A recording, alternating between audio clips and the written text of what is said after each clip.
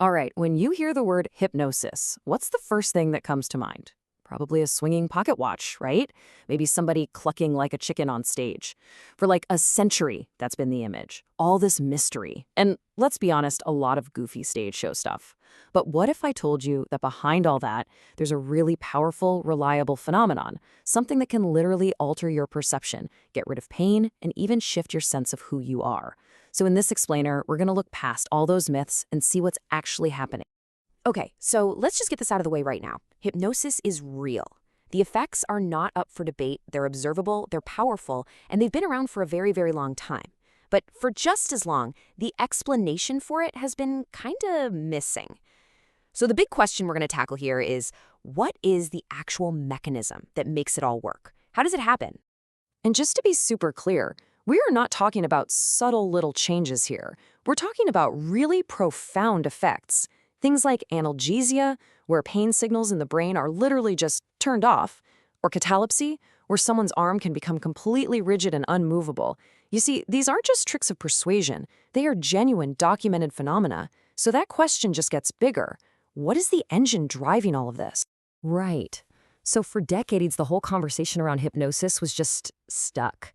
People would argue back and forth, getting totally bogged down in mysticism and myth, all while these incredible phenomena kept working right in front of their eyes. So here's the crucial point, and it's a big one. Asking if hypnosis is real is just the wrong question. It's like asking if gravity is real while an apple is falling on your head. The effects are undeniable. The much more interesting and way more useful question is how. How does the mind produce these incredible results? And that question brings us to a really radical new way of looking at this whole thing.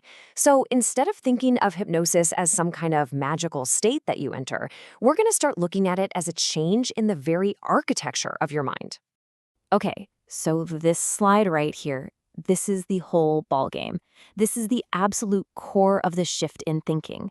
You see, the old idea, the one we all kind of know, is that hypnosis is a trance, this fuzzy, mysterious state you go into. Well, this new model scraps that completely. It says, nope, it's not a state. It's a temporary architectural configuration of the mind. I love the analogy of a house. It's not about putting you in some magical new room. It's like temporarily rearranging the walls and hallways inside your mind to change how you move through it. It's mechanics, not magic. And that changes everything. So how does the mind actually reconfigure itself like that? Well, the first key concept is something called topological narrowing. Just imagine your mind is this wide open field with countless paths you can walk down. Topological narrowing is like putting up fences, closing off most of those paths until only one or two are left open. Your attention gets funneled, and with fewer competing thoughts, the whole system becomes incredibly focused and responsive to what's left. And how do you cause that narrowing? Through something called directed load. A load is really just any task you give the mind. It could be focusing on a spot on the wall, following a complicated story, or even trying to make sense of confusing language. A hypnotist isn't casting a spell. They are strategically applying these loads to guide the mind's architecture into that super-focused, narrowed configuration. Okay, so now that we have these two new tools in our belt, topological narrowing and directed load, we can actually go back and redefine all those classic kind of fuzzy terms that are always associated with hypnosis. It's time to swap out the old myths for some structural reality. Let's start with the big one, trance. We're always told you go deep into a trance, but structurally, it's not about depth at all. It's about constraint. A trance is simply a state of topological narrowing. The architecture is so constrained that alternative thoughts, like this is silly or I wonder what's for dinner, they don't just get ignored. They literally cease to be available options. They disappear. Next up, the induction. This is not a magic spell or some secret script that puts people under. It's load choreography. It doesn't matter if the hypnotist uses relaxation or confusion or even a sudden shock. The mechanism underneath is exactly the same. They're applying and directing a cognitive load to guide the mind's pathways to narrow. The words are just the tool to apply that load. Now, this one is huge. We always hear that some people are suggestible, and others just aren't, as if it's this fixed part of your personality. This model says that's just wrong. Instead of suggestibility, we should be thinking threshold proximity. All that means is that the system is in a state where the tipping point for a certain behavior is very, very close. It's like a domino balanced perfectly on its edge. A tiny nudge can trigger a huge response, not because the person is gullible, but because their cognitive architecture is primed and ready. So I know this all might sound very mechanical, but it perfectly explains the subjective experience. Why do people who have been hypnotized so often say things felt like they happened all by themselves? Yeah, this quote right here, it really gets to the absolute heart of the experience. It doesn't feel like you are choosing to lift your arm. It feels like your arm is just lifting on its own. It feels completely involuntary.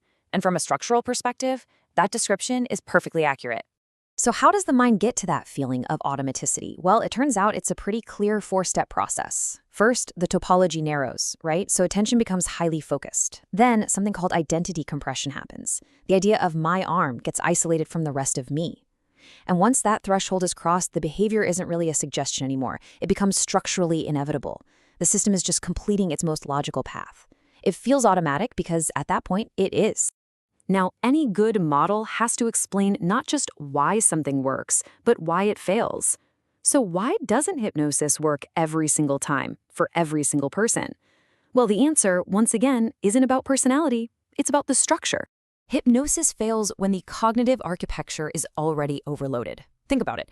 If someone is under immense stress, their system is already carrying a huge load. Trying to add more just causes a collapse. If their mind is too scattered or their sense of identity is too rigid, the structure just can't enter that narrowed configuration. It's not a failure of willpower. It's a state of structural overload. And this brings us to this idea of resistance. We need to rethink this word. It's not someone being difficult or defiant. Resistance is actually a healthy, protective signal. It's the cognitive architecture's defense system kicking in when it senses a load that threatens its core stability or identity. It's a sign to back off, not a reason to push harder. So, as we pull all of this together, the big takeaway here becomes incredibly clear. We are moving from the world of magic and mystery to the world of mechanics and architecture. So let's be absolutely crystal clear about what hypnosis is not. It is not about convincing someone of something. It is not just the power of suggestion or a person deciding to comply. And it's definitely not just having a vivid imagination. It is a distinct mechanical process. So what is it? Here it is, the most precise and powerful definition we have. Hypnosis is the directed deformation of cognitive architecture under a controlled load. I mean, it sounds like an engineering term for a psychological process, right? Because that's what it is. It's about carefully applying pressure to reshape the structure of the mind temporarily to produce a very specific outcome. And when you start to see it this way, everything changes. The mystery just dissolves. Hypnosis suddenly becomes predictable. All those strange phenomena become explainable. Its failures become visible and, more importantly, understandable. It moves from being an art to being a science. So I'll leave you with this final thought. If this powerful, seemingly magical phenomenon is actually a predictable function of our cognitive architecture, what other parts of our human experience, from our beliefs and habits to moments of focus and flow, are also just a matter of architecture, waiting for us to understand them?